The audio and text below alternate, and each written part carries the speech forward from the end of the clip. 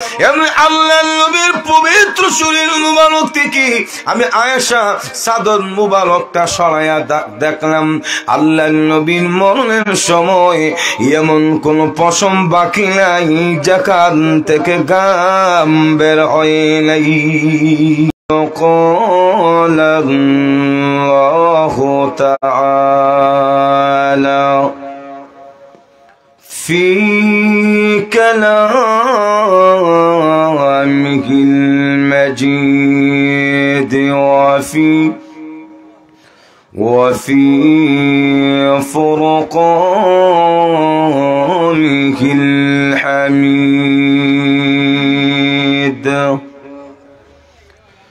أعوذ بالله من الشيطان الرجيم بسم الله الرحمن الرحيم كل نفس ذائقة الموت ثم إلينا ترجعون بارك الله لنا ولكم في القرآن العظيم ونفعنا وإياكم بالآيات والذكر الحكيم صلى الله على سيدنا ومولانا محمد وعلى آله وأصحابه وسلم بلغ العلا بكماله كشف الدجى بجماله حسنت جميع خصاله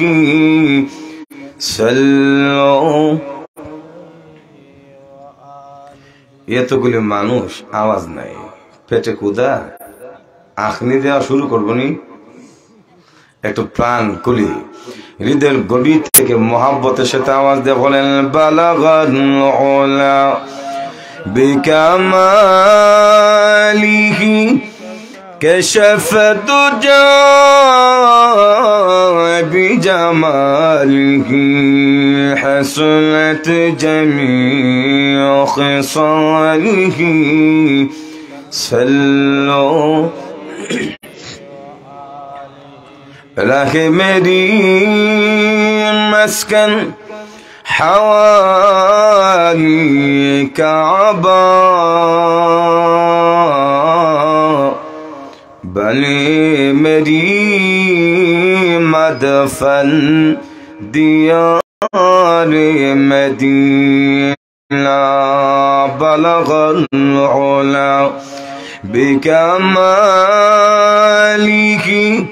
كشف الدجى بجماله حسنت جميع خصاله صلوا عليه وآله হযরত উসমান পীর রাহমাতুল্লাহ আলাইহি ও সকল মুর্দেগানের রূহের মাগফিরাত কামনায় আজকের ঐতিহ্যবাহী ওয়াজ ও দোয়ার মাহফিলের পরম শ্রদ্ধেয়ভাজন সভাপতি মনসুববিষ্ট হযরত উলামায়ে কেরাম, সম্মানিত সুধী সমাজ, পর্দার অন্তরালে অবস্থানরত আমার শ্রদ্ধাভাজন মা ও বোনেরা, যে মহান আল্লাহ রাব্বুল আলামিন আমাদেরকে অত্যন্ত দয়া করে দুনিয়াবি কাজ থেকে ফারেক করে আজকের ঐতিহ্যবাহী ওয়াজ মাহফিলের সমবেত হওয়ার তৌফিক দান করেছেন, সে সত্তার কৃতজ্ঞতা জ্ঞাপন করার জন্য প্রত্যেকের হৃদয়ের গভীর থেকে শ্রদ্ধাজনিত কণ্ঠে কালিমাতুশ শুকুর আদায় করছে আলহামদুলিল্লাহ। একটু জোরে এখন আলহামদুলিল্লাহ। আমি আপনাদের সামনে মহান আল্লাহ রাব্বুল আলামিনের বাণী পবিত্র কোরআনুল কারীম থেকে একখানা আয়াতে কারিমা তেলাওয়াত করেছি। মহান আল্লাহ রাব্বুল আলামিন যেন আমাকে তিলাওয়াতকে আয়াতকে সামনে রেখে অত্যন্ত নিষ্ঠার সাথে সহিহ নিয়তে কিছু কথা বলার তৌফিক দান করলেন। সকলে বলুন আমিন। যেহেতু রূহের মাগফিরাত কামনায়, এর জন্য এমন একটি আয়াত তেলাওয়াত করেছি যে আয়াতের উপরে আলোচনা করলে অন্তত মুমিন মুসলমানের একটু মন নরম হওয়ার সম্ভাবনা আছে। আল্লাহ রাব্বুল আলামিন বলেন, কুল্লু নাফসিন যায়িকাতুল মাউত, প্রত্যেকটি প্রাণ উষ্টাগত হবে, প্রত্যেকটি প্রাণী মরণের পেয়ালা পান করবে। সুম্মা ইলাইনা তুরজাউন, মরণের শেষ না, মরার পরে আল্লাহ রাব্বুল আলামিনের দিকে প্রত্যেকটা মানুষকে প্রত্যাবর্তন করতে হবে। যখন ঠিক না, আপনারা যেভাবে বসছেন এদিক দিয়ে একটা কোনা বোঝা যায় বাংলাদেশের মানচিত্রের এক কোনার দিকে, আর এদিক দিয়ে মোটামুটি বাংলাদেশের মানচিত্রের মতো এইভাবে না বসে একটু সামনে আমার বরাবর আসেন, সিনা বসিনা, এই যে আপনারা একটু সামনে আসেন, পশ্চিম দিকে আসেন। এই যে এখনো বসে রয়েছে, তাড়াতাড়ি আসেন, সামনে আসেন, আমার বরাবর বসেন ইনশাল্লাহ। আখনি দেখলাম যে এইভাবে প্যাকেট করতেছে, মোটামুটি একটু মেহরবানি হইব ইনশাল্লাহ, আখনি হইব, তাড়াতাড়ি কাবা সামনে। তো আসুন বলছিলাম, আল্লাহ রাব্বুল আলামিন বলেন প্রত্যেকটা প্রাণী মরণের পেয়ালা পান করবে। যখন ঠিক না, মরণ এমন একটা নিশ্চিত এবং চূড়ান্ত বিষয় যার ক্ষেত্রে পৃথিবীর ধর্মীয় এবং বিধর্মীয় কোন ধরনের মানুষের কোন মতানৈক্য নাই। স্বয়ং সৃষ্টিকর্তার ক্ষেত্রেও ইখতিলাফ আছে। মজুর এখন আছে না নাই? একদল বলে আল্লাহ নাই, ওই নাউজুবিল্লাহ এখন না। আবার একদল আছে এক আল্লাহ বিশ্বাস করে না, তারা তৃতীয়বাদে বিশ্বাসী। তাহলে গোটা পৃথিবী যিনি বানাইলেন, আল্লাহর ক্ষেত্রে ইখতিলাফ আছে, রসুলের ক্ষেত্রে ইখতিলাফ আছে, মাসআলা মাসাইলের ক্ষেত্রে ইখতিলাফ আছে, যার কারণে মাযহাব সাইটিয়া মজুর এখন ঠিক না। কিন্তু মরণের ক্ষেত্রে কোন রকম ইখতিলাফ নাই। হিন্দু, খ্রিস্টান, বৌদ্ধ, নাসারা, জাতি বেজাতির, মুসলমান অমুসলমান, কাদা আকাদা যা আছে, প্রত্যেকটা মানুষ এটা স্বীকার করে মেনে নেই যে মরতে। তো আল্লাহ রাব্বুল আলামিন বলেন মরণ এমন একটা চূড়ান্ত বিষয়, আইনামা তাকুনু ইউদরিকুমুল মাউত ওয়ালাউ কুনতুম ফি বুরুজিম মুশাইয়াদা। হে মানুষ, তোমরা যদি সুদৃঢ় প্রাচীরের দেওয়ালের ভিতরে, সার দেওয়ালের ভিতরে যদি তোমরা আত্মগোপন করো, তথাপি তোমাদের কাছে মরণ পৌঁছে যাবে, মরণ থেকে বাঁচতে পারবে। সময় হয়ে গেলে আজরাইল কাছে হাজির হবে, সময় হওয়ার আগে হাজির হবে না। মজুর এখন ঠিক না। যেমন আল্লাহ বলেন, فإذا جاء أجلهم لا يستأخرون ساعة ولا يستقدمون جاء أجلهم لا يستأخرون ساعة ولا يستقدمون। মৃত্যুর সময় হওয়ার আগে কাউকে মরণ দেওয়া হবে না, আবার সময় হয়ে গেলে পৃথিবীতে কাউকে রাখাও হবে না। যতই পাওয়ার দেখান, ক্ষমতা দেখান যে আমি এলাকার মাতাব্বর চাইলে দিই, মাতাব্বর মানাইও না। আস্তে করে মহিলা শুনে নিব, ঠিক না? যদি বলেন যে ভাই পাওয়ার যেখানে চলে না সেখানে কিন্তু কিছু পাতলা মাল দেওয়ার চিন্তা করে, ঠিক না, দেওয়া মনে। তো আজরাইলে যদি বলেন যে আপনার বিকাশ নাম্বারটা দেন, কিছু দেয়া দে মনে, আজরাইল কই বিকাশ মারায় না বা নগদে দিল কাজ হইতো না। একটু জোরে এখন না, ঠিক না? আরো জোরে এখন। তাহলে বোঝা গেল মৃত্যু এটা চূড়ান্ত বিষয়, এই মরণ থেকে নিষ্কৃতির কোন সুযোগ নাই। তবে এই মরণের কষ্টটা এটা মারাত্মক একটা কষ্ট, মরণের গাঠিটা এটা একটা কঠিন গাঠি। আল্লাহ রসুল বলেন লা ইলাহা ইল্লাল্লাহ ইন্নালিল মাউতে সাকরাতুন, আল্লাহ ছাড়া পৃথিবীতে কোনো ইলাহ নাই, কোনো বিধানদাতা নাই, কোনো সৃষ্টিকর্তা নাই। ইন্নালিল মাউতে সাকরাতুন, নিশ্চয়ই মরণের কষ্ট বড় কঠিন কষ্ট। একটু জোরে এখন না, নাকি তা মরণের কোনো কষ্ট নাই? একটা জীবিত ছাগল কেমনে টান দিয়া চামড়াটা চুললে যেই পরিমাণ কষ্ট হয়, এর সে কোটি কোটি গুণ বেশি মরণের সময় মৃত ব্যক্তির হয়। একটু জোরে এখন না। এজন্য মৃত্যু তো এটা চূড়ান্ত বিষয়, কিন্তু এর জন্য আমাদের করণীয় কি? আল্লাহর রাসূল বলেন আকসিরু যিকরা হাদিমিল লাজ্জাত ইয়ানিল মাউত। হে মানুষ, হে উম্মতেরা, তোমরা বেশি বেশি করে মরণের জিকির করো, মরণকে স্মরণ করো। কেন? একটা মানুষ যদি আল্লাহর কাছে বা মরণের কথা বেশি বেশি ইয়াদ করে, ওই মানুষটার জীবন পরিবর্তন হয়ে যাওয়া অতি সহজ হয়ে যায়।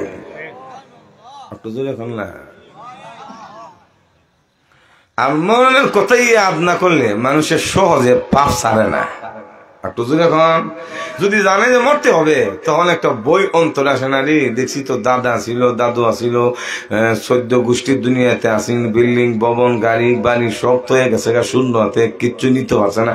আমরাও তো মরতেইব, মজুর এখন ঠিক না? আপনাদের আওয়াজে বোঝা যায় আপনারা মনে মরতেন না, কোনটা হয়ে গেছে কেমন হয়।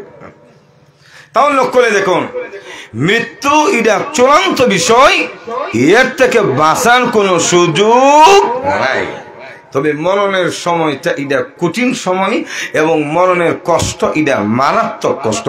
এজন্য লক্ষ্য করে দেখেন, মা আয়েশা সিদ্দিকা রাদিয়াল্লাহু তাআলা আনহা বলেন, রাসূলের মৃত্যুর কাহিনীটা শুনলে বুঝে নেবেন। আল্লাহর রাসূলের স্ত্রী মা আয়েশা বলেন, রাআইতু রাসূলুল্লাহি সাল্লাল্লাহু আলাইহি ওয়াসাল্লাম ওয়া হুয়া বিল মাউত ওয়া ইনদাহু কাদহুন ওয়া ফীহি মাউন ইয়াদখুলু ইয়াদাহু সুম্মা ইয়ামসাহু আলা ওয়াজহিহি সুম্মা ইয়াকুল আল্লাহুম্মা ইন্নী আলা গামারাতিল মাউত ওয়া সাকারাতিল মাউত। মা আয়েশা বলেন, ও পৃথিবীর মানুষেরা, রাসূলের যখন সাকরাত শুরু হয়ে গেল, তখন আমি রাসূলের কাছে ছিলাম।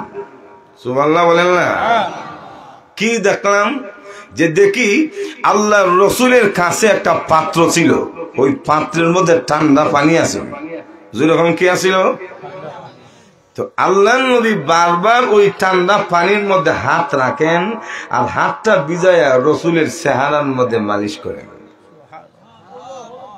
আপনি জোরে এখন না? আর বারবার বলতেছিলেন, ইয়া আল্লাহ, আল্লাহুম্মা ইন্নী আলা গামারাতিল মাউত ওয়া সাকারাতিল মাউত। ইয়া আল্লাহ, তুমি এই সাকরাতুল মাউত, মরণের কষ্টটাই তুমি আমার একটু হালকা করে দাও, লঘু করে দাও, একটু সাহায্য করো। সুবহানাল্লাহ জোরে এখন না?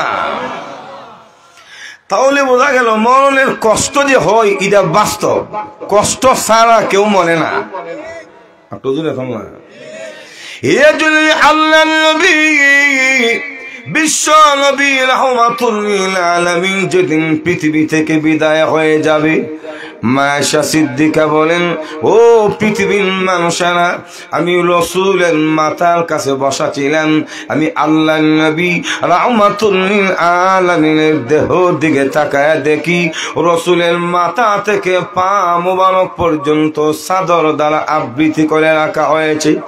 আমি আয়েশা তাকে দেখি বিশ্ব নবী চাদরের ভিতরে একবার হাত মোবারক কেমন ভাবে গুছিয়ে আনে, আবার লম্বা করে ছেড়ে দেই, আবার পা মোবারক রসুল গুছিয়ে আনেন, আবার লম্বা করে ছেড়ে দেই।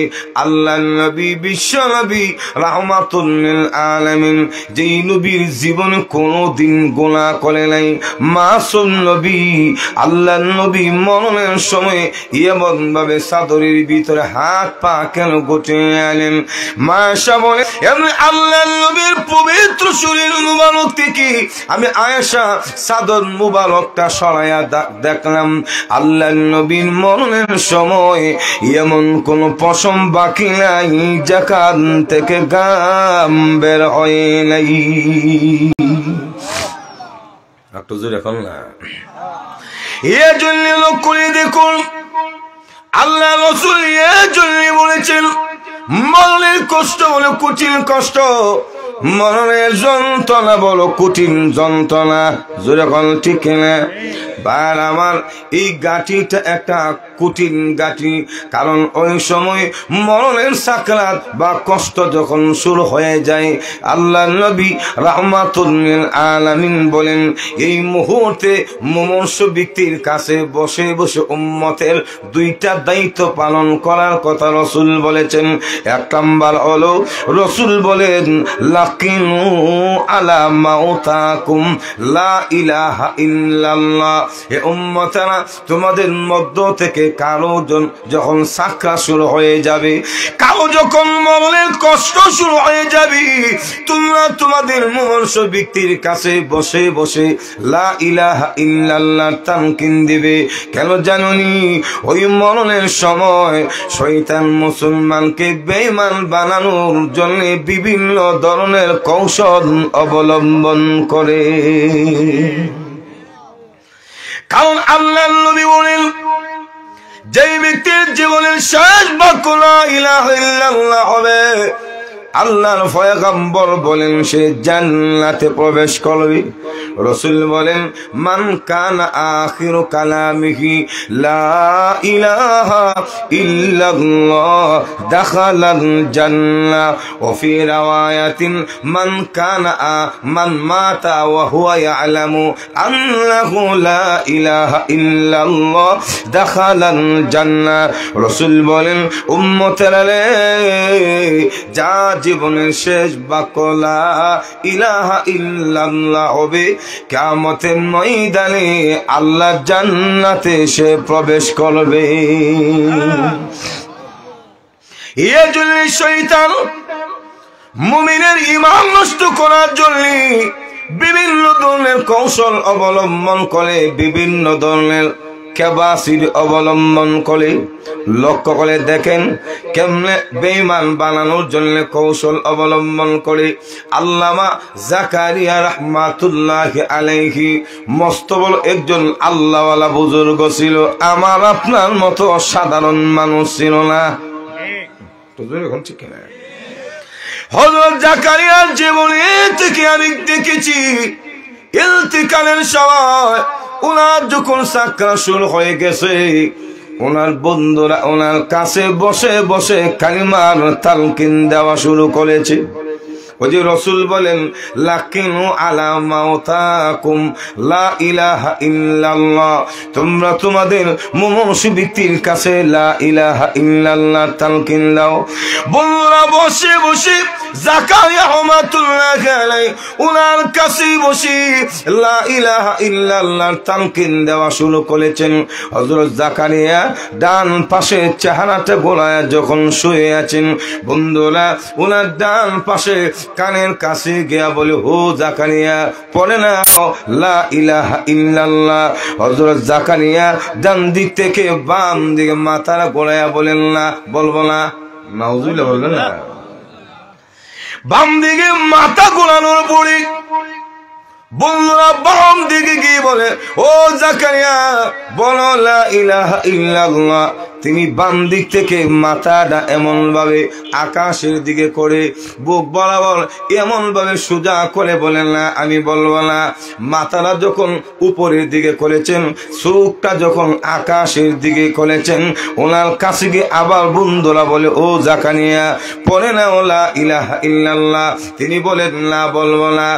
একবার দুবার তিনবার তালকিন দেওয়ার পরে জাকারিয়া রাহমাতুল্লাহ আলাইহি তিনি যখন বলে না বলবো না, বন্ধুরা বলো পেরেশান হয়ে গেল, বলো চিন্তিত হয়ে গেল। এত বড় বুজুর্গ সাধারণ কোন মানুষ না, সাধারণ কোন পাবলিক না, যাকে আল্লাহওয়ালা বুজুর্গ হিসেবে আমরা যাকে চিনি, যিনি অনেক বড় আল্লাহওয়ালা। জাকারিয়া মরণের সময় কালিমাকে অস্বীকার করে বেঈমান হয়ে মারা যাবে নাকি, বন্ধুরা অত্যন্ত চিন্তিত হয়ে আছেন। হঠাৎ করে হযরত জাকারিয়া রাহমাতুল্লাহ আলাইহি ওই যে সাকরাতের কষ্ট কিছুটা যখন লাগবে হয়েছে, হযরত জাকারিয়া চোখ খুলে তাকিয়ে দেখে ওনার বন্ধুদের চামড়ি হয়ে গেছে, চোখের মুখে কোনো হাসি নাই, কোনো আনন্দ নাই, সকলের মুখের মধ্যে যেন এক গাছা মেঘ মালা জমা হয়ে আছে। হযরত জাকারিয়া বলে বন্ধুরা রে তোমরা এমন করে কেন আমার পাশে বসে আছো, কি হয়েছে?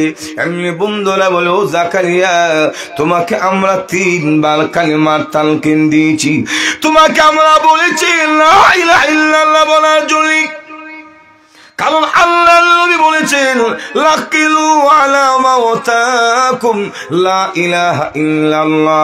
রাসূল বলেছেন কালিমার তালকিন দেওয়ার জন্য, কিন্তু তোমার ডান দিকে মাথা ঘুরাইয়া তুমি যখন শুয়ে আছো আমরা তোমার কানে কানে গিয়ে বললাম বলো লা ইলাহা ইল্লাল্লাহ, তুমি বলেছ না বলবা না। বাম দিকে একই কথা, মাথাটা সোজা করার পরে একই কথা বলেছো। হযরত জাকারিয়া বলেন ও বন্ধুরা আমি আল্লাহর নবী কালিমাকে না করিলাই, শয়তানের 3টা প্রস্তাবকে আমি না করে দিয়েছি। শয়তানের প্রস্তাব মানে জাকারিয়া রাহমাতুল্লাহ আলাইহি বলি আমি যখন ডান দিকে চারা গোলায় শুয়ে আছি, শয়তান আমার কাছে 1 গ্লাস ঠান্ডা পানি নিয়ে হাজির হয়ে গেছে। সুবহানাল্লাহ বলেন। আমার সাকরাতের সময়, মরণের কষ্টের সময় বড় পিপাসা, তো আমার পিপাসা লেগে গেছে, গলা শুকায় গেছে, টুট মুখ আমার শুকায় গেছে, আমি বলো পানির পিপাসা। তো ও বন্ধুরা আমার এই যে পিপাসা শুরু হলো, আমার পানির প্রয়োজন। আমি তাকায় দেখি শয়তান 1 গ্লাস ঠান্ডা পানি নিয়ে আমার ডান দিকে দাঁড়ানো, আমাকে বলে জাকারিয়া রে পানির প্রয়োজন আছে কি? আমি বললাম হ্যাঁ প্রয়োজন আছে। শয়তান বলে যদি পানি পান করতে চাও বলো ঈসা আলাইহিস সালাম আল্লাহর ছেলে। নাউযুবিল্লাহ করার দরকার নাই, আউযুবিল্লাহ কয় না। কেউ যদি বলে ঈসা আলাইহিস সালাম আল্লাহর ছেলে, ঈমান থাকবে তো? আর তো জোরে এখন না, কুল হুয়াল্লাহু আহাদ আল্লাহুস সামাদ লাম ইয়ালিদ ওয়া লাম ইউলাদ। আল্লাহ কারো কাছ থেকে জন্ম হন নাই, কাউকে জন্ম দেন নাই। জোরে হন ঠিক না? হযরত জাকারিয়া বলে শুনো, আমার ডাল পাশে দাঁড়াইয়া শয়তান বলে হ্যাঁ জাকারিয়া পানি প্রয়োজন আছে কি? আমি বললাম পানি প্রয়োজন আছে। তাহলে বলো ঈসা আলাইহিস সালাম আল্লাহর ছেলে, তবেই তোমাকে পানি দেওয়া হবে। এমনি জাকারিয়া বলে ও বন্ধুরা আমি শয়তানের প্রস্তাবকে আমি প্রত্যাখ্যান করেছি, আমি বলছি না এই কথা বলবো না, এই কথা বলবো না বলে ডান দিক থেকে মাথাটা গোলায়া বাম দিকে নিলাম। বাম দিকে নেওয়ার পরে শয়তান আবার আমার সামনে হাজির হয়ে বলে ও জাকারিয়া পানি প্রয়োজন আছে কি? আমি বললাম আছে। তাহলে বলো পানি যদি তুমি পান করতে চাও তাহলে বলো মরিয়ম আলাইহিস সালাম আল্লাহর স্ত্রী। একটু জোরে এখন না। হযরত জাকারিয়া বলে আমি বলেছি না বলবো না, শয়তানের প্রস্তাব আমি প্রত্যাখ্যান করেছি। আমি বাম দিকে মাথা গোলায় যখন আকাশের দিকে করলাম, আমার সামনে শয়তান ঠান্ডা পানি হাজির হয়ে বলে, ও জাকারিয়া পানি প্রয়োজন আছে কি? আমি বললাম আছে। তাহলে বলো আল্লাহ নাই। একটু জোরে এখন না, আমাদের রব একজন আছে না নাই? আলো জোরে এখন। একদল কিন্তু আছে, তারা আল্লাহ মানেন না। মজুর এখন ঠিক। হ্যাঁ, এই লোকগুলিকে আমরা বলা হয় নাস্তিক। জোরে এখন ঠিক না? তারা যুক্তি দেয় যে যেই জিনিস দেখি না, ধরা যায় না, ছোঁয়া যায় না, এই জিনিস আমরা মানি না। অতএব আল্লাহকে দেখা যায় না, ধরা যায় না, ছোঁয়া যায় না, এই জন্য আল্লাহ মানে মজুর এখন ঠিক না? তো আমরাও বলি যে পৃথিবীতে এমন অনেক কিছু আছে যেগুলি দেখা যায় না, কিন্তু তুমি না, তোমাদের 14 গোষ্ঠী মানে। মজুর এখন মানিনি। যেমন বাতাস, বাতাস দেখা যায়নি না, আপনার মনে দেখেন একটু জোরে এখন দেখা যায়। বাতাস দেখা যায় না, কিন্তু মানতে হয় আল্লাহকে দেখা যায় না। এরপরও হযরত জাকারিয়া রাহমাতুল্লাহি আলাইহি তিনি বলেন, শয়তানের 3টা প্রস্তাব আমি প্রত্যাখ্যান করেছি, কানে আমাকে প্রত্যাখ্যান করে নাই। ও বন্ধুরা, তোমরা শুনে রাখো, আমি তোমাদের সামনে মুহূর্তে পড়ে নিলাম লা ইলাহা ইল্লাল্লাহু মুহাম্মাদুর রাসূলুল্লাহ, জোরে কোন সাল্লাল্লাহু আলাইহি সাল্লাম। তাহলে চিন্তা করে দেখেন, এই মরণের গাঠিটা এটা কঠিন গাঠি। এক তো মরণের যন্ত্রণা, আরেক দিক দিয়ে শয়তান বেঈমান বানানোর জন্য বিভিন্ন কৌশল অবলম্বন করে। কারণ মুমিন যদি শেষ বাক্যরা লা ইলাহা ইল্লাল্লাহ নিয়ে মরতে না পারে, তাহলে তো জাহান্নামের আগুনে যাবে। কারণ রাসূল বলেছেন, মান মাতা ওয়া হুয়া ইয়ালামু আন্নাহু লা ইলাহা ইল্লাল্লাহ দাখালাল জান্নাহ। যে ব্যক্তির জীবনের শেষ বাক্য লা ইলাহা ইল্লাল্লাহ হবে, এই কথার স্বীকৃতির উপরে যার মরণ হবে, পাপের শাস্তি ভোগ করার পরে কোনো না কোনো দিন জান্নাতে যাবে। মজুর এখন ঠিক না? তাহলে লোক করে দেখুন, মরণের গাঁটে বড় কঠিন গাঁটি, মরণের যন্ত্রণা বড় কঠিন যন্ত্রণা। এই মনের যন্ত্রণা কিন্তু আমার আপনার সকলের সামনে আছে। জোরে এখন আছে না নাই? নাকি তো মরণ থেকে বাঁচতে পারবেন? আমি যখন মাদ্রাসায় পড়াশোনা করি, মরণ থেকে যে বাঁচা যায় না। আমার মসজিদের ইমাম সাহেব একটা কিতাব পড়তেছে, আমার কই কেবতুল্লাহ এদিকে আসো, একটা ঘটনা শোনাই। আমি বললাম কি ঘটনা? শোনো, একবার মরণের সময় হয়েছে, আজরাইল যেন তারা বের করতে না পারে, বেড়া গিয়ে ডিমের ভিতরে ঢুকে গেছে। এখন কিসের ভিতরে? ডিমের ভিতরে। তো আজরাইল গিয়া খুঁজতে খুঁজতে তারা ডিমের ভেতর থেকে বাইর করছে। তখন ওই আল্লাহ ওলি বলে, ও আজরাইল, যদি জানতাম তুমি ডিমের ভেতর থেকে আমাকে বের করে নিয়ে যাইবা, তাহলে আমি এই ডিমের খাঁচার মধ্যে 18টা ডিম আছে, 18টা ডিমের ভিতরে আল্লাহর জিকির আমি চালু করে দিতাম, যেন তুমি আমাকে না পাও। আজরাইল বলে 18টা না, 34টা ডিমের ভিতরে ঢুকলো। মরণের সময় হলে আমার হাত থেকে বাঁচা সম্ভব। মজুর এখন ঠিক না? তাহলে লোক করে দেখুন, এই মরণ প্রত্যেকটি মানুষের সামনে আছে। মরণ থেকে নিষ্কৃতির কোনো সুযোগ নাই, মরণের কষ্ট থেকেও বাঁচার কোনো উপায় নাই।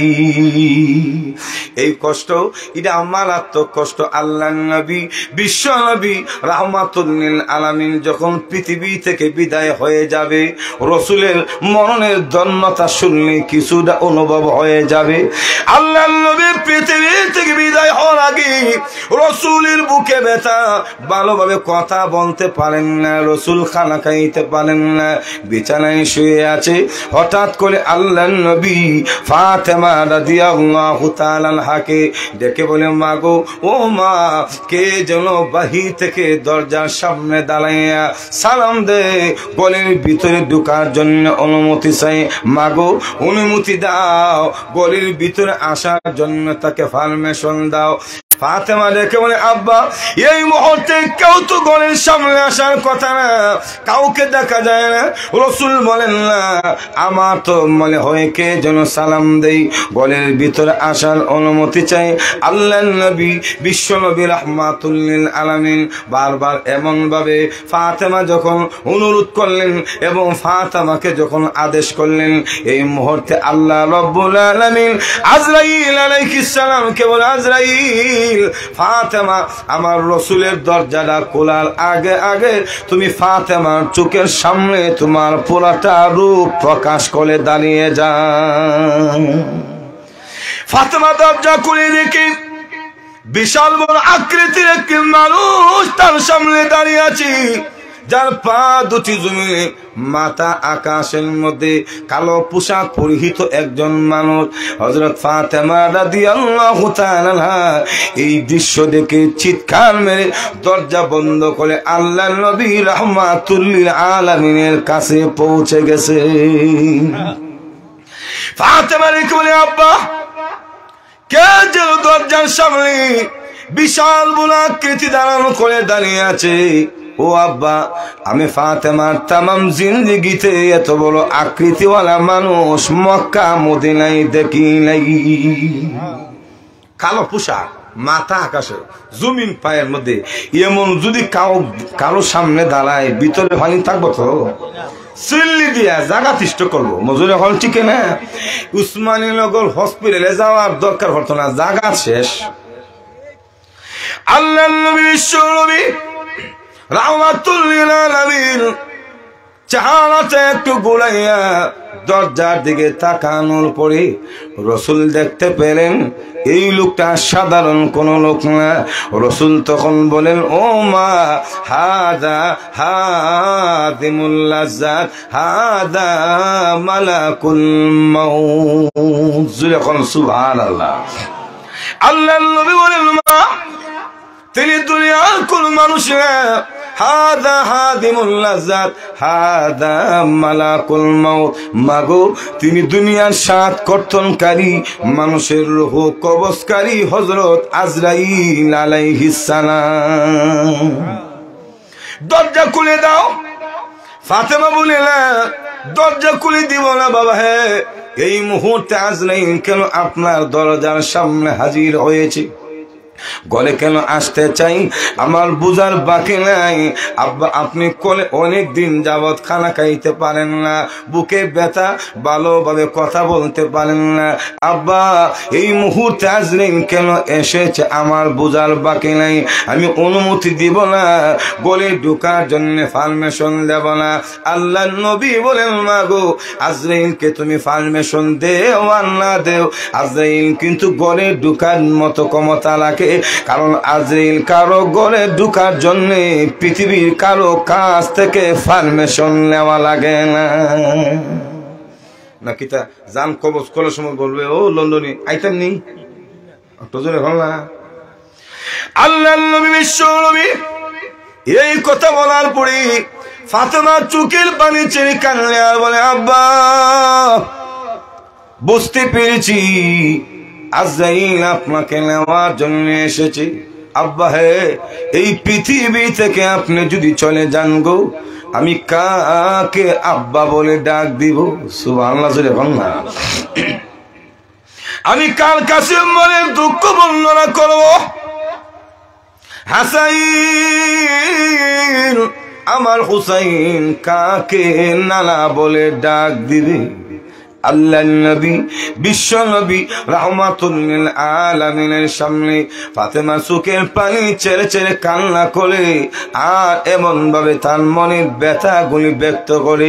আল্লাহর নবী তখন তার বিরহ বেদনা, তার মনের কষ্ট বুঝতে পেরে রাসূল বলেন, মাগো, কাঁদিস না, তোর কান দুটি আমার মুখের কাছে নিয়ে আই।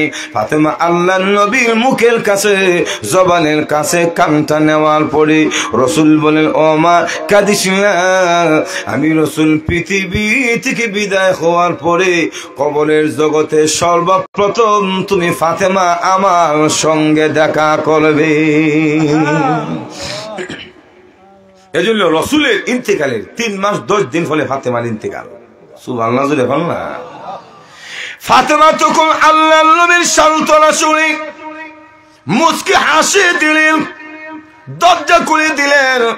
আজরাইল রসুলের সামনে হাজির হয়ে সালাম দিলেন, আসসালাতু আসসালামু আলাইকা ইয়া রাসূলুল্লাহ, আসসালাতু আসসালামু আলাইকা ইয়া হাবিবাল্লাহ, ইয়া খাতামান নবিয়্যিন, ইয়া রাহমাতান লিল আলামিন।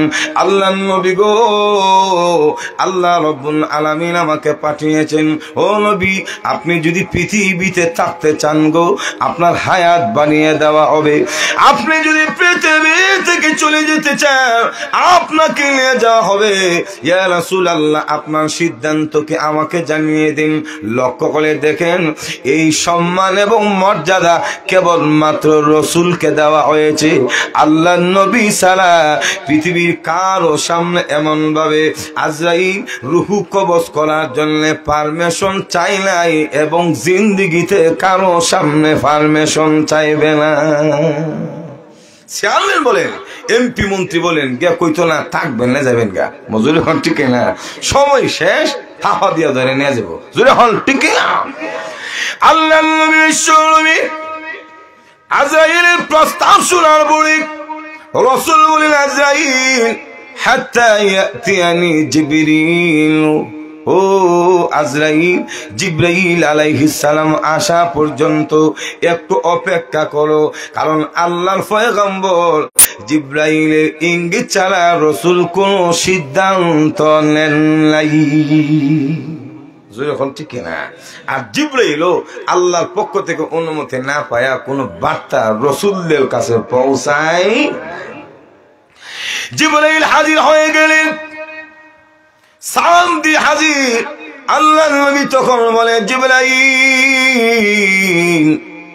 আজরাইল আমাকে নেওয়ার জন্য এসেছে, আমি থাকবো কি থাকবো না, চলে যাব কি চলে যাব না। ও জিবরাইল, এই ব্যাপারে তোমার অভিমতকে আমি জানতে চাই। আল্লাহর নবী বিশ্ব নবী রাহমাতুল লিল আলামিনের প্রস্তাব শোনার পরে জিবরাইল সরাসরি রাসূলকে কোনো হুকুম না করে আল্লাহর কোরআন থেকে একটা আয়াত তেলাওয়াত করে শুনিয়ে দিয়েছে। কারণ সম্মান মর্যাদা যাদের আছে, এদের কাছে গিয়ে ডাইরেক্ট কিছু বলা যায় না। মজুর এখন ঠিক না, দেখেন না এমপি মন্ত্রীর দাওয়াত দেন না, সরাসরি কর না যে আমরা কালবারটা করে দেন, বলে নাকি?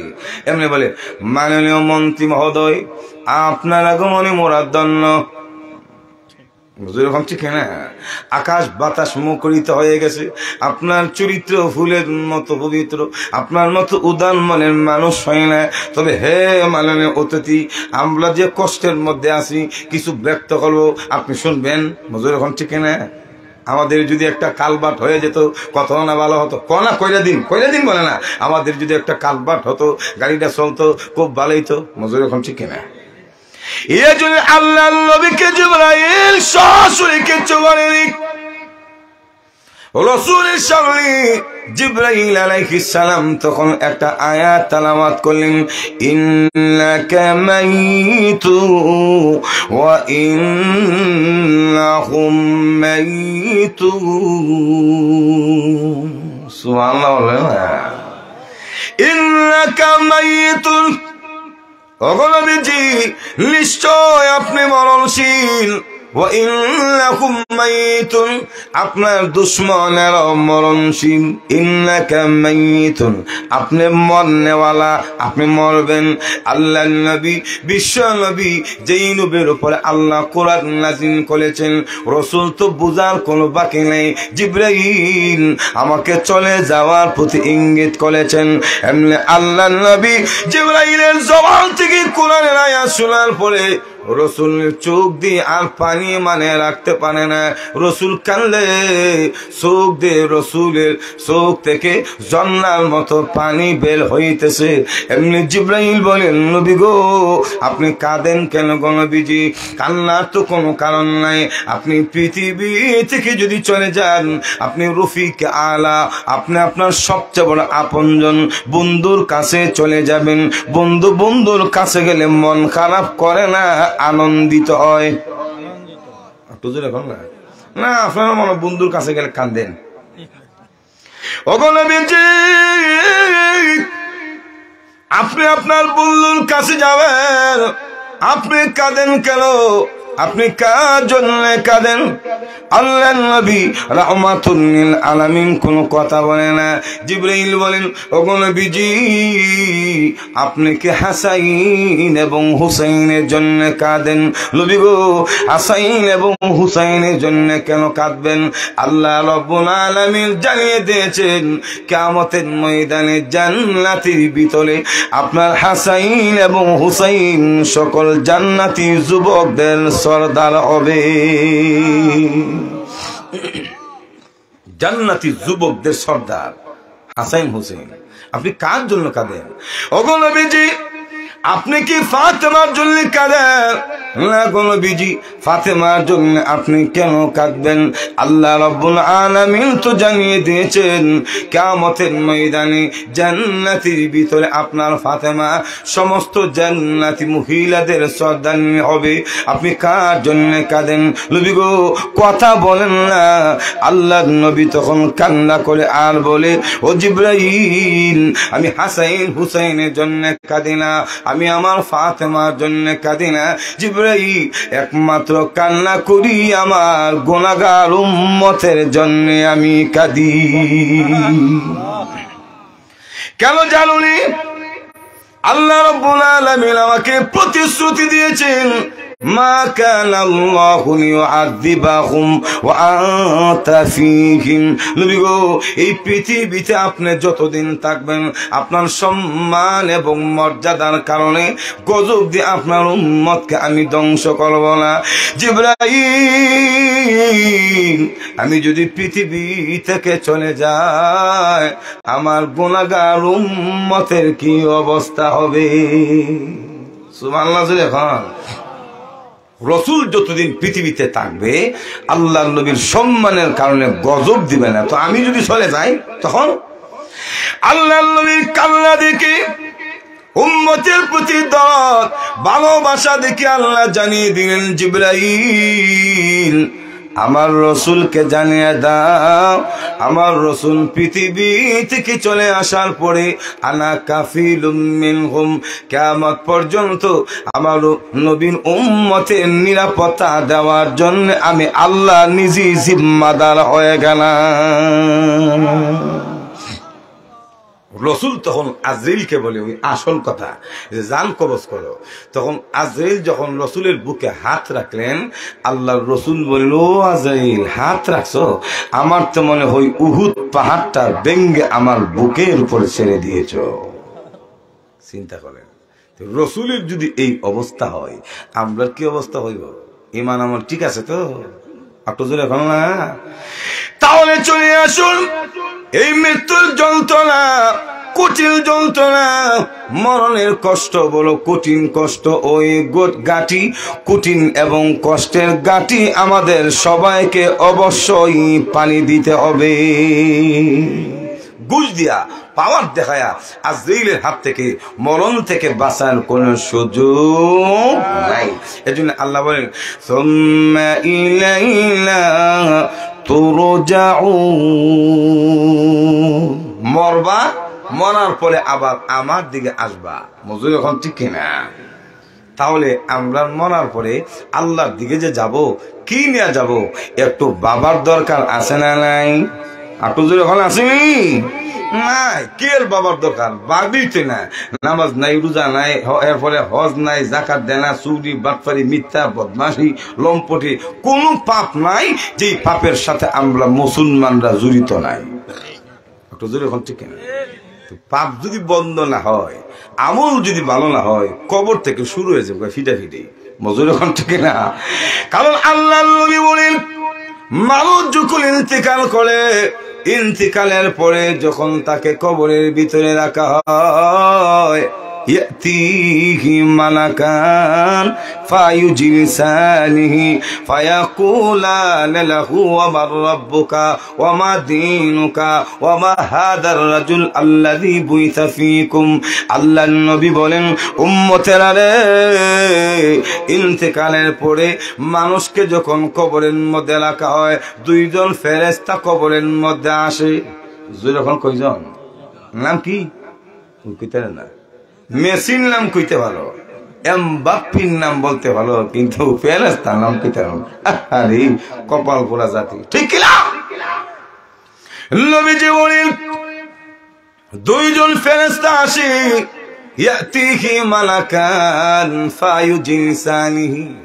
ফেরেশতা দুইজন এসে মৃত ব্যক্তিকে কবরের মধ্যে বসায়া দিবেন, উঠাইবেন, বসাবে, বসায়া বলবেন, মার রব্বুকা, তোমার রবকে, ওমা দীনুকা, তোমার দিন কি, ওমা হাদার রাজুল আল্লাযী বুইসা ফীকুম, তিনি কে গো, যাকে তোমাদের মধ্যে প্রেরণ করা হয়েছিল। আল্লাহর নবী বলেন, লোকটা যদি আল্লাহ হয়, দিল্লাহ হয়, খুদাবির হয়, যখন প্রশ্ন করবে মার রব্বুকা, তখন সে বলবে রব্বি আল্লাহ, আমার রব হলো আল্লাহ। ওমা দীনুকা, সে বলবে দীনিয়াল ইসলাম, আমার ধর্ম হলো ইসলাম ধর্ম। ওমা হাদার রাজুল আল্লাযী বুইসা ফীকুম, তিনি কে, যাকে তোমাদের মধ্যে প্রেরণ করা হয়েছিল। তখন লোকটা বলবে হুয়া মুহাম্মাদুর রাসূলুল্লাহ, তিনি আল্লাহর পয়গম্বর। আল্লাহর নবী বলেন, ফায়ুনাদি মুনাদিন মিনাস সামা আন সাদাকা আবদি ফাআফরিশুহু মিনাল জান্নাহ ওয়া আলবিসুহু মিনাল জান্নাহ ওয়াফতাহু লাহু বাবাম মিনাল জান্নাহ। আল্লাহর নবী বলেন, একজন ঘোষক আকাশ থেকে ঘোষণা দিবে, ফায়ুনাদি মুনাদিন মিনাস সামা আন সাদাকা আবদি, ও ফেরেশতারা, আমার বান্দা সত্য বলেছে, আমার বান্দা সঠিক জবাব দিয়েছে, ফাআফরিশুহু মিনাল জান্নাহ, তার কবরের মধ্যে জান্নাতের বিছানা বিছায়া দাও, ওয়া আলবিসুহু মিনাল জান্নাহ, তার শরীরের মধ্যে জান্নাতের পোশাক লাগায়া দাও, ওয়াফতাহু লাহু বাবাম মিনাল জান্নাহ, আর তার কবরের মধ্যে এমন একটা দরজা খুলে দাও যাতে করে জান্নাতের ভেতর থেকে জান্নাতের হাওয়া বাতাস আসতে থাকে।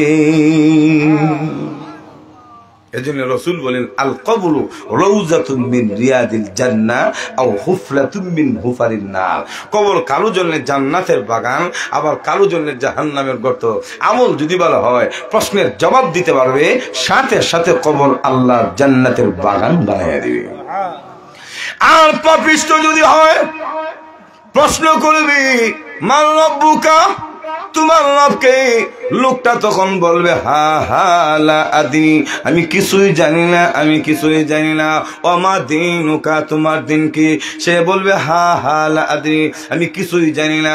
ওমা হাদার রাজুল আল্লাযী বুইসা ফীকুম, তিনি কে গো, যাকে তোমাদের মধ্যে প্রেরণ করা হয়েছিল। তখন সে বলবে, হা হা লা আদিনি, আমি কিছুই জানি না। এমনি আল্লাহর নবী বলেন, ফায়ুনাদি মুনাদিন মিনাস সামা আন কাযাবা ফাআফরিশুহু মিনান নার ওয়া আলবিসুহু মিনান নার ওয়াফতাহু লাহু বাবাম মিনান নার। একজন ঘোষক আকাশ থেকে ঘোষণা দিবি আর বলবে, ও ফেরেশতারা, সে মিথ্যা বলেছে, সঠিক জবাব দিতে পারে নাই। তার কবরের মধ্যে জাহান্নামের আগুনের বিছানা বিছায়া দাও, তার শরীরের মধ্যে জাহান্নামের আগুনের পোশাক পরায়া দাও। ওয়াফতাহু লাহু বাবাম মিনান নার, এবং তার কবরের মধ্যে একটা দরজা খুলে দাও যাতে করে ওই দরজার ভেতর দিয়ে জাহান্নামের গরম হাওয়া তার কবরে ঢুকতে থাকে। শুধু তাই না, রাসূল বলেন, ওয়ায়ুদাইয়িকু কবরহু হাত্তা তাখতালিয়া আদলাউহু। রাসূল বলেন, কবরটা এমন সংকীর্ণ হয়ে যাবে, এভাবে রাসূল দেখাইছেন হাত দিয়া, এই যে দেখেন এমন আঙ্গুলগুলি, আমরা বুকের হাড়গুলি কিন্তু এমন মজুর এখন কেমন এমন ভাবে রাসূল দেখাইয়া বললেন, পাপিষ্ঠর কবরের মধ্যে যখন রাখা হবে, দুই পারের মাটি এমন ভাবে চাপ দিবে যে বুকের হাড্ডিগুলি, পাগলের হাড্ডিগুলি ভেঙে চুরমার করে দেওয়া হবে। নাউযুবিল্লাহ বলতে মনে চায় না। তাহলে লক্ষ্য করে দেখুন, মৃত্যুর পরে যখন কবরের জগৎ আমল যদি ভালো না হয় কবরও কিন্তু আরাম দেওয়া হবে না। জোরে কোন ঠিক কিনা?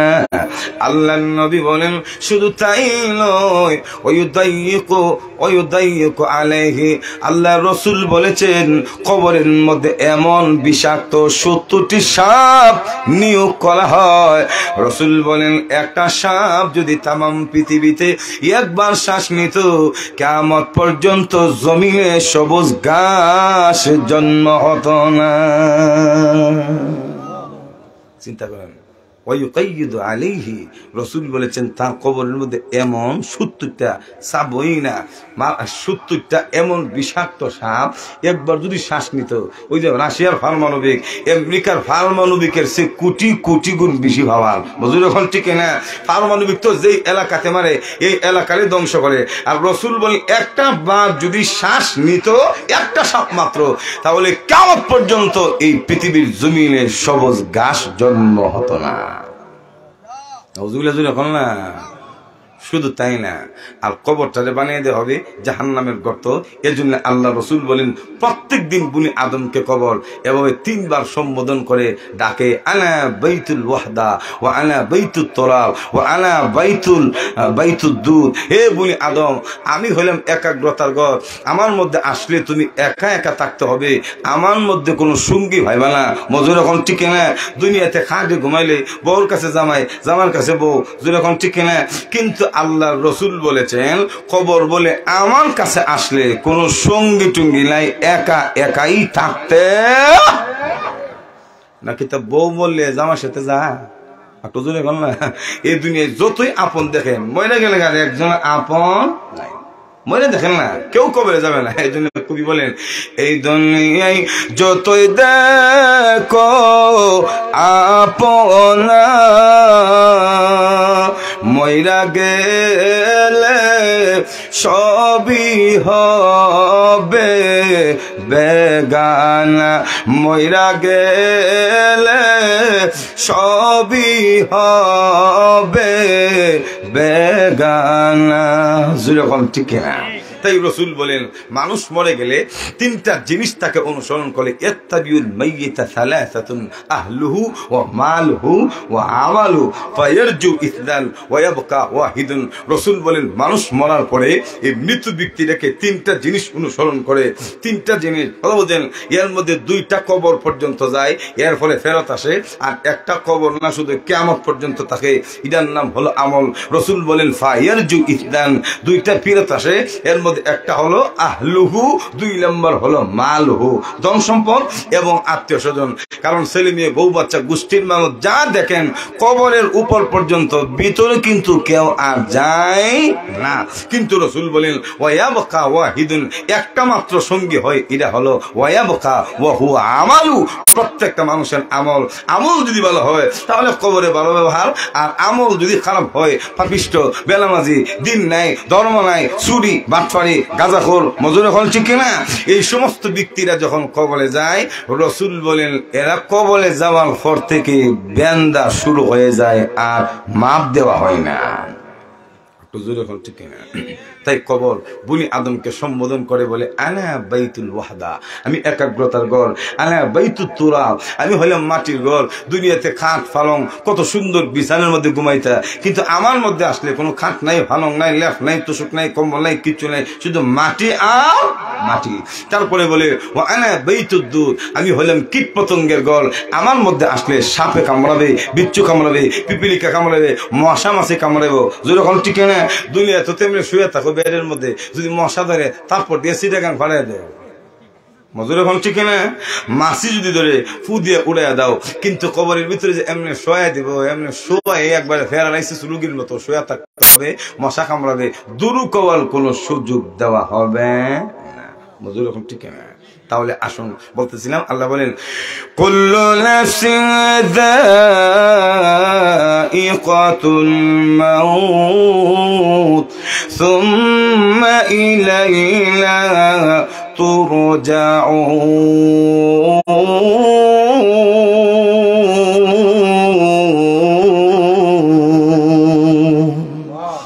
প্রত্যেকটা প্রাণ উষ্ঠাগত হবে, মরবে, মরার পরে রবের দিকে প্রত্যাবর্তন করতে হবে। সুতরাং আমরা সবাই মরণশীল, মরণ থেকে বাঁচতে পারবো না।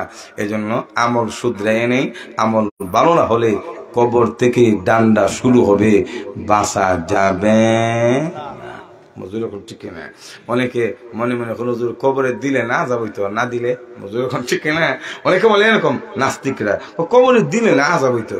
আর যে অনেকে যে রোড অ্যাক্সিডেন্ট করে হিসা জায়গা এরপরে পানিতে বাসায় দে, নদীতে ফালাই দে, জঙ্গল এনার কি হবে? হ্যাঁ, এই প্রশ্নের জবাব হলো কবরের বেতনে দেখ আর না দেখ, মৃত্যুর পরে শাস্তিটা প্রয়োগ করা হয় রুহের মধ্যে, দেহের মধ্যে না। মজুর এখন ঠিক না। মানুষের মনে যদি অনেক সময় ব্যথা দেওয়া হয়, কষ্ট লাগে না? হাঁটু যখন লাগেনি। এর জন্য এটার উত্তর হইল মানুষ দুনিয়ার শাস্তি প্রয়োগ করা হয় দেহের মধ্যে, আর পরকালের শাস্তি প্রয়োগ করা হয় মনের মধ্যে, রুহের মধ্যে।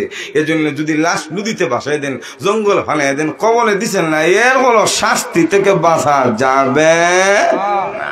তাই আসুন আমরা সকলেই নিজেদের আমল শুধরে নেই, মরণের কথা ইয়াদ করি, নিজেরা বেশি বেশি করে আমল করি। আল্লাহ রাব্বুল আলামিন যেন আমাদেরকে শহীদি মরণ দান করেন, ইমানের সাথে যেন মরণ দান করেন। আমরা সবাই আমল শুধরায় নেই। আল্লাহ আমাদের সবাইকে পরিপূর্ণ পাক্কা মুমিন এবং বা ইমান যেন মওত নসিব করে। সকলে বলুন আমিন। ওয়া আখির দাওয়ানা আনিল হামদুলিল্লাহি রাব্বিল আলামিন। আপনি কই, আপনি গেলেন কই?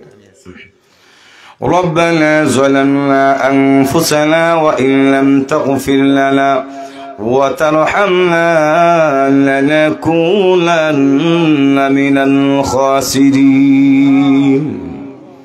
رب العالمين तमाम जिंदगीर गुनाहগুলি স্মরণ করে আয় আল্লাহ তাআলা আলেম ওলামাকে নিয়ে, সাদা দাড়িওয়ালা পিতৃতুল্য মুরব্বিদেরকে, কষে কষে মাসুম বাচ্চারা সহ যুবক ভাইদেরকে নিয়ে আমি হাত বানিয়েছি।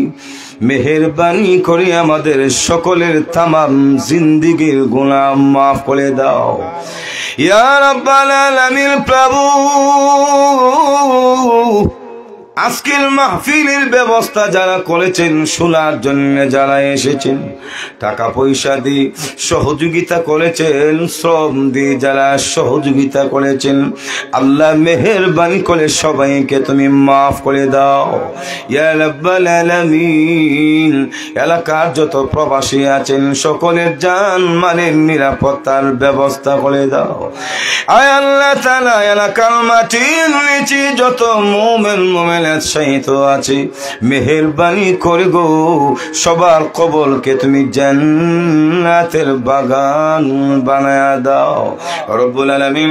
আমরা যারা হাত বানিয়েছি, আমাদের স্বামী স্ত্রীর মহব্বত বানায়া দাও, আমাদের আওলাদদেরকে দিনদার মুত্তাকি বানায়া দাও আয় আল্লাহ। আমাদের ছেলে মেয়েদেরকে তোমার প্রিয় বান্দা বান্দি হিসেবে কবুল করে নাও আয় আল্লাহ তাআলা। অভাবীদের অভাব দূর করে দাও, ঋণীদের ঋণ পরিশোধ করার ব্যবস্থা করে দাও। যারা অসুস্থ আছেন সবাইকে তুমি সুস্থ বানায়া দাও ইয়া রাব্বাল আলামিন।